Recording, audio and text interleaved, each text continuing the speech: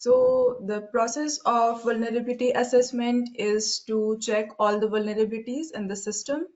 It helps in identifying, recognizing, and ranking of the vulnerabilities based on their severity. So the first step would be initial assessment. In this stage, I would assess the criticality of each asset.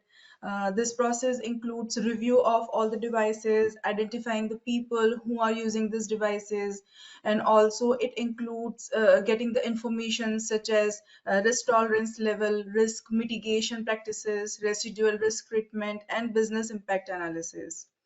The next step will be the detailed assessment of all the assets, and it includes the steps such as what are the assets in the scope of assessment, and what are the open ports, what are the devices configured, and who all are the vendors of the devices, is there any driver installed, and what all are the software installed on the devices. And the third stage is vulnerability scanning. It includes the usage of right policy to accomplish the desired results.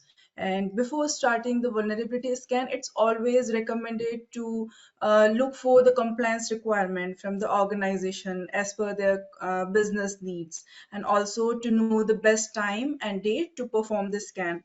And also, it is very important to determine if the scan can be performed all at once, or the segmentation is needed or not.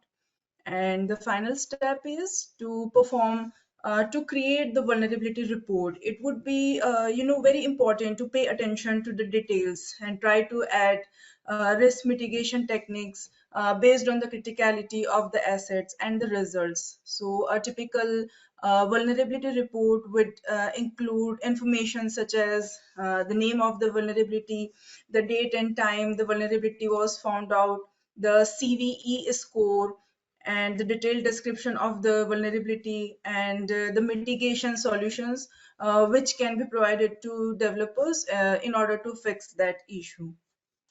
So basically, I learned a lot about vulnerability analysis from CEH course, and it is a very, very important process, according to me, in defending the systems against cyber attacks.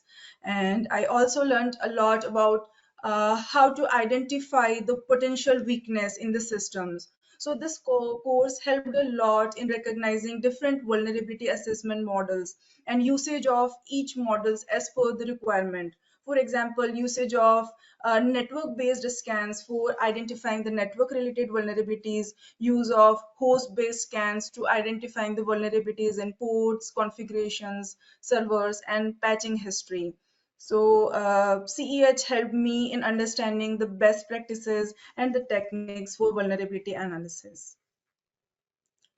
It is very essential for the organizations to do vulnerability assessments from time to time, because there is a lot of increment in the cyber attacks since last few years, and also we are witnessing a new vulnerabilities almost every other day. Malicious actors are adopting new techniques to break into the systems. So it's very important to know those new techniques, what these malicious actors or hackers are utilizing. So, as per the latest Gartner's report, the ransomware attacks grew by around 36% in the past 5 years. And one in every 100 emails contains malware. 43% of the cyber attacks target small businesses, and around 200,000 malware threats are produced each day. And I think the main benefit is it helps the organization to recognize their current security posture, and it helps in identifying what kind of preparation they need in order to defend their organization from cyber attacks.